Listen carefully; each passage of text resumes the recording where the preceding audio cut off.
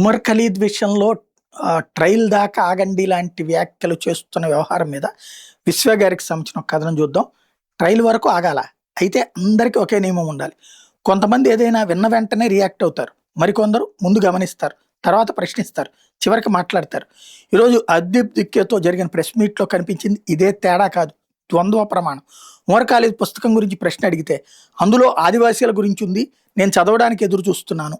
సరే, తర్వాత ప్రశ్న వచ్చింది, భారత్ తెరే తుక్డే హోంగే వంటి నినాదాల ఆరోపణలు ఎదుర్కొంటున్న ఉమర్ ఖలీద్ను ఉగ్రవాది అని ఎందుకు అనకూడదు?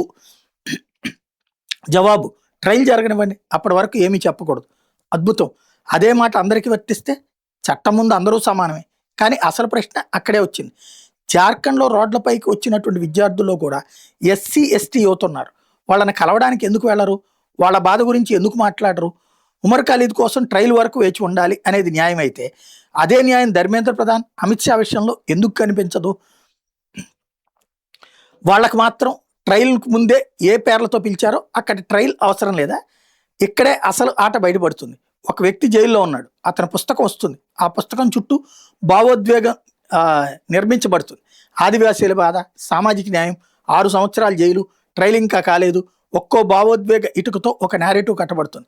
కానీ అదే సమయంలో జార్ఖండ్ విద్యార్థి ఏళ్ల తరబడి చదివి ఉద్యోగం కోసం రోడ్డుపై నిలబడితే అతని బాధకు అంత మైకే ఎందుకు ఉండదు? అతని హక్కుకి అంత ప్రచారం ఎందుకు ఉండదు? ఆదివాసీల బాధ పుస్తకంలో కనిపిస్తుంది, అదే ఆదివాసీ విద్యార్థి రోడ్డు మీద కనిపించడా? పుస్తకంలోని బాధకు ప్రచారం, రోడ్డు మీద పడుతున్నటువంటి బాధకు మౌనం. ఇదేనా సామాజిక న్యాయం? ఇది ఒక పుస్తకం గురించి కాదు, ఒక వ్యక్తి గురించి కూడా కాదు. ఎవరికి బాధ కనిపించాలి, ఎవరికి బాధ కనిపించకూడదు, ఎవరిని బాధితుడిగా చూపాలి, ఎవరిని నిందితుడిగా చూపాలి అనే నేరేటివ్ నిర్మాణం గురించి. ఒక పుస్తకం వస్తుంది, ఒక భావోద్వేగం పుడుతుంది, ఒక నేరేటివ్ తయారవుతుంది, మీడియా దాన్ని ఎత్తుకుంటుంది, సోషల్ మీడియా దాన్ని విస్తరిస్తుంది, చివరికి అది రాజకీయ ఒత్తిడిగా మారుతుంది. ఈ గొలుసులో ఎవరెక్కడున్నారు? పుస్తకం, ఎన్జిఓ, నిధులు, భావోద్వేగ ప్రచారం, మీడియా, సోషల్ మీడియా. ఎవరు ఎవరికి నేల సిద్ధం చేస్తున్నారు? అసలు ప్రమాదం ఇక్కడే ఉంది.